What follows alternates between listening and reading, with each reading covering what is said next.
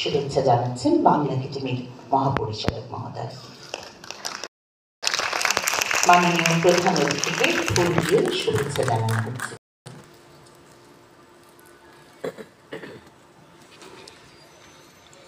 বাংলা একাডেমির বই উপহার হিসেবে তুলে দেওয়া হচ্ছে।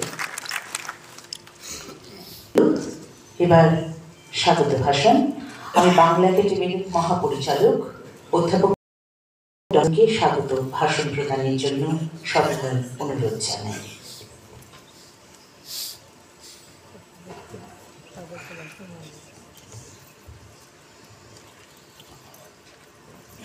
বাংলা একাডেমির প্রতিষ্ঠা বার্ষিকী বক্তৃতা অনুষ্ঠানে মাননীয় সভাপতি বাংলা একাডেমির সভাপতি অধ্যাপক আবুল কাশেম নজরুল হক, আজকের অনুষ্ঠানের প্রধান অতিথি সংস্কৃতি বিষয়ক মন্ত্রণালয়ের মাননীয় উপদেষ্টা জনাব মোস্তফা সরোয়ার ফারুকী, আজকের মূল বক্তা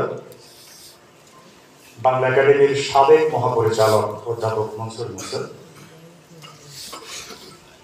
এবং এখানে উপস্থিত বাংলা একাডেমির বর্তমান এবং বেশ কয়েকজন সাবেক কর্মকর্তা কর্মচারী, সবাইকে এই প্রতিষ্ঠা বার্ষিকীতে শুভেচ্ছা জানাই, এই অনুষ্ঠানে স্বাগত জানাই। বাংলা একাডেমি এই বিষয়ে আমি খুব কম লোকের ভিন্ন মত দেখেছি যে অন্তত প্রতীকী তাৎপর্যে বাংলাদেশে হয়তো এই ধরনের সবচেয়ে গুরুত্বপূর্ণ প্রতিষ্ঠান, কোনো কোনো ক্ষেত্রে হয়তো মানুষের মনে এর চেয়ে বেশি পরিমাণে ব্যাঘাত করে কিংবা আগ্রহ এবং উদ্দীপনা তৈরি করে ঢাকা বিশ্ববিদ্যালয়, এটা ব্যতিক্রম। এর কারণ আমরা জানি যে বাংলাদেশের জাতীয়তাবাদী ইতিহাসের সঙ্গে বাংলা একাডেমির অঙ্গাঙ্গী যোগ আছে।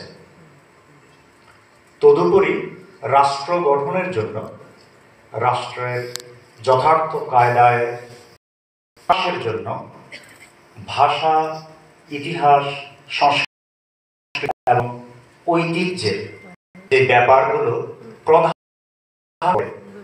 বাংলা একাডেমি যেহেতু সেগুলো নিয়েই কাজ করে, ফলে মানুষের আগ্রহের এবং আকাঙ্ক্ষার একটা কেন্দ্রবিন্দুতে সবসময় বাংলা একাডেমি অবস্থান করে। আমরা যারা এখানে কাজ করি, যারা নিয়মিত কাজ করেন কিংবা আমরা যারা কিছু সময়ের জন্য এখানে যুক্ত হয়েছি বা হই, তাদের সবার জন্য নিশ্চয়ই এটি একটি আনন্দদায়ক অভিজ্ঞতা যে তারা জনমানুষের এরকম আগ্রহের একটা কেন্দ্রে অবস্থান করেন এবং তাদের আকাঙ্ক্ষা অনুযায়ী কাজ করেন। বাংলা একাডেমি একটা অত্যন্ত সক্ষম এবং সমর্থ প্রতিষ্ঠান। তার যথেষ্ট পরিমাণ অবকাঠামো আছে, তার নানা অংশ, জনবল এবং নানান ধরনের অভিজ্ঞতায় যথেষ্ট পরিমাণে স্বয়ংসম্পূর্ণ এবং যে কাজগুলো তার করার কথা সেই কাজগুলো করার যথেষ্ট সক্ষমতা বাংলা একাডেমির আছে। কিন্তু কখনো কখনো অতিরিক্ত রাষ্ট্রীয় চাপের কারণে, কখনো কখনো দলীয় আকাঙ্ক্ষা বাস্তবায়ন করার বাধ্যবাধকতার কারণে বাংলা একাডেমি হয়তো সবসময় জনমানুষের আকাঙ্ক্ষা অনুযায়ী তার দায়িত্ব পালন করতে পারেনি অথবা কখনো কখনো পারে না। আমরা এই মুহূর্তে এক সম্পূর্ণ ভিন্ন রকম রাজনৈতিক পরিস্থিতির মধ্যে আছি। আমরা শিক্ষার্থী জনতার অভ্যুত্থান 2024 পরবর্তী এমন এক যখন নানান ধরনের দ্বিধা, নানান ধরনের ঝুঁকির মধ্যে আমাদের জনমানুষ আছে, কিন্তু একই সঙ্গে এক অপার সম্ভাবনার মধ্যেও আছে। এই সম্ভাবনার মধ্যে কিংবা বর্তমান পরিস্থিতির মধ্যে বাংলা একাডেমিও ঠিক অনুরূপ সম্ভাবনার মধ্যে বিদ্যমান আছে।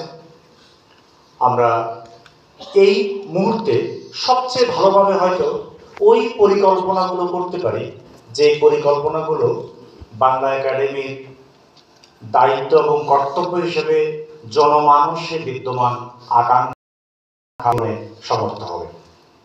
আমাদের এখানে আজকে সংস্কৃতি বিষয়ক মন্ত্রণালয়ের মাননীয় উপদেষ্টা উপস্থিত আছেন।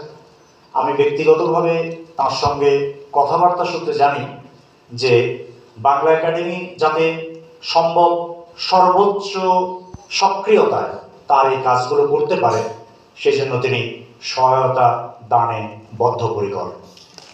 এবং আমাদের যে স্বাভাবিক কাজকর্ম সেগুলোতে আমরা গতিশীলতা আনতে চাই।